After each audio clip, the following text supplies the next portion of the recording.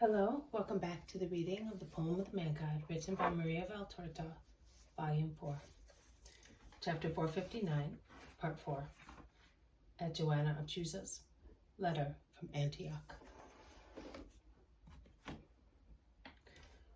Peace be with you, foreigner. Did you want me? Health and glory, Lord. I wanted you. I have a letter for you. A Greek woman gave it to me at Antioch. I am no longer Greek because I became a Roman citizen to continue my contract.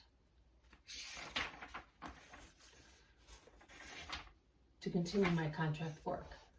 I am purveyor to the Roman troops. I hate them, but it is profitable to supply them with provisions. For what they have done to us, I should mix hemlock with their flour. But they should all be poisoned. A few is of no avail. It would be worse. They think that they are allowed to do anything because they are strong. They are barbarians as compared with the Greeks. They have robbed us of everything to adorn themselves with our art and appear civilized. But if you scratch the crust, which is colored with the hue of our civilization, you will always find an Amulius, a Romulus, a Tarquinius. You always find a Brutus, the murderer of his benefactor. At present, they have Tiberius. Still not enough for them. They have Seianus. They have what they deserve. Swords, chains, crimes committed by them are turning against them and biting the flesh of the Roman brutes. Still too little. But the law will not fall.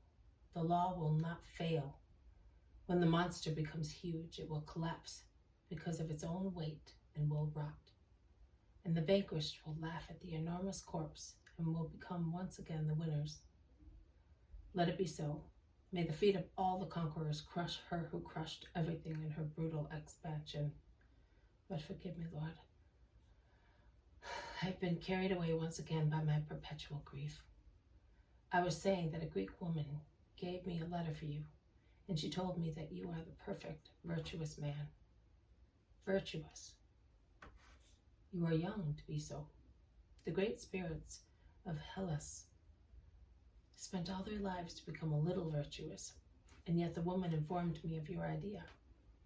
If you really believe in what you teach, you are great.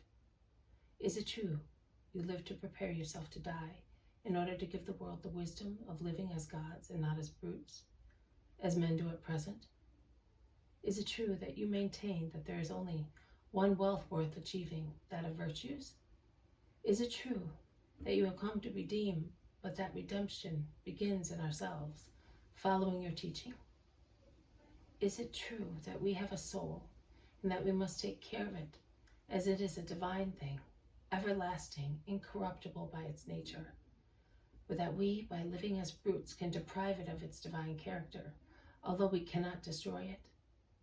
Answer, O Great One. It is true. It is all very true. By Jove, also our greatest one said so, but it sounded like music lacking a note, like a lyre lacking a chord. Now and again one perceived an empty space, which the philosopher never crossed. You have filled it up. If you have really come not only to teach, but also to die, not compelled by anybody, but through your own will to obey God, which changes your death from suicide to sacrifice. By divine Pallas, none of our gods ever did that. I infer, therefore, that you are above them. The Greek woman says that they do not exist, and that you only are. So am I speaking to a god?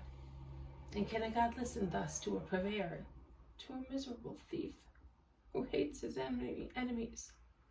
Why do you listen to me? Because I see your soul. You see it? What is it like?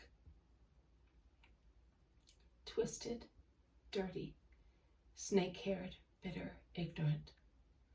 Although your intellect is quite different from that of a barbarian. But within your ugly temple, you have an altar which is waiting, like the one in Areopagus, and it is waiting for the same thing, the true God. For you then, because the Greek woman says that you are the true God. But by Jove, what you say of my soul is true. You are more explicit and certain than the Delphic oracle, but you preach peace, love, and forgiveness, difficult virtues, and you preach continence and all kinds of honesty. To be all that is to be gods, greater than the gods, because they are not pacific, honest, generous. They are the perfection of the wicked passions of men, with the exception of Minerva, who is at least wise, even Diana, pure but cruel. Yes, to be what you preach is to be greater than the gods. If I became so, by the most beautiful Ganymede, he was abducted by the Olympic eagle and became a divine cupbearer. But Zeno, from supplier of fodder to barbarian rulers, will become God. But let me dwell on this thought, and in the meantime you can read the letter of the woman, and the man begins to walk up and down like a peripatetic. Peter, being tired and seeing that the conversation was a long one, has sat down comfortably on a seat in the hall, and has begun to doze peacefully in the cool place, on the soft cushions lying on the seat. But he must have been sleeping with one eye open, because he is roused by the noise of the seal being broken and the unrolling parchment, and he rises to his feet, rubbing his sleepy eyes. He approaches the master, who is reading standing under a chandelier made of mica plates of a delicate violet hue. As the light is faint, suitable to light up the place without depriving it of the charm of moonlight and clear nights, Jesus is holding the parchment high up in order to see the words. And Peter, who is much smaller than the master, standing beside him, tries to stretch his neck, standing on the tips of his toes in order to see, but without success. "It's Syntyche, eh? What does she say?" he asks twice, and he begs, "Read in a loud voice, master." And Jesus replies, "Yes, it is she," later.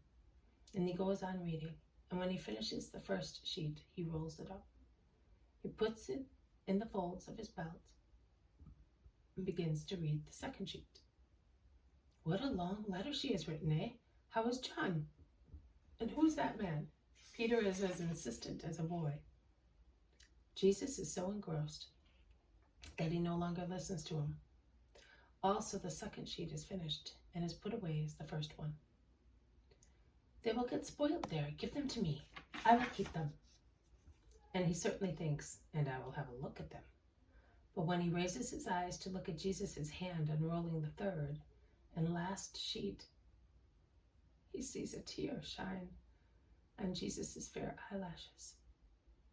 "Master, are you weeping?" "Why, Master?" he says, and he presses against him, embracing him with his short, muscular arm. "John is dead." "Oh, poor man. When did he die?" "At the beginning of summer, wishing so much to see us." "Oh, poor John. Of course. He was already at his end, and his grief in parting, all because of some snakes. I wish I knew their names. Read aloud, Lord. I was fond of John." "Later. I will read it to you later. Be quiet now." Jesus reads attentively. Peter stretches himself even more to see. The reading is over. Jesus rolls the sheet and says, "Call my mother." "Are you not going to read?" "I'm waiting for the others. In the meantime, I will dismiss that man." And while Peter goes into the house where the woman disciples are with Johanna, Jesus approaches the Greek. "When are you leaving?" "Oh, I have to go to the proconsul at Caesarea and then to Joppa after I purchase some goods. I will be leaving in a month's time, in time to avoid the November storms. I am going by sea. Do you need me?" "Yes, to send a reply. The Greek woman says that I can trust you." They say that we are false, but we are also able not to be so. You can trust me. You can prepare your letter and look for me at the tabernacles at Clemthi's house. He supplies me with the cheese of Judea for the tables of the Romans. It is the third house after the fountain in the village of Bethphage. You cannot go wrong. You cannot go wrong either if you proceed along the path on which you have set foot. Goodbye, man. Greek civilization leads you to the Christian one. Are you not reproaching me for hating? Do you feel that I should? Yes, because you disapprove of hatred as being a contemptible passion, and you abhor vengeance. And what is your opinion on the matter? I think that he who does not hate and forgives is greater than Jupiter. Achieve then that greatness. Goodbye, man. May your family love Syntyche, and in the exile in which you are at present, take the paths that lead to the eternal fatherland, heaven. Those who believe in me and practice my words will have that fatherland. May light enlighten you. Go in peace. The man says goodbye and goes away. He then stops, comes back and asks, "Will I not hear you speak?" "I will speak at dawn at Tarichaea. Then I will be going towards Syrophoenicia. And later, I do not know by which road, to Jerusalem. I will look for you. And I will be at Tarichaea tomorrow to see whether you are as eloquent as wise." He goes away, finally.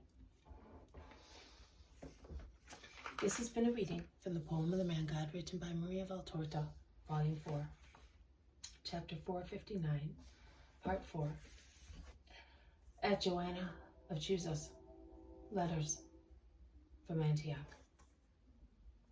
Thank you for listening. I will see you tomorrow. May God bless you, and may peace be with you.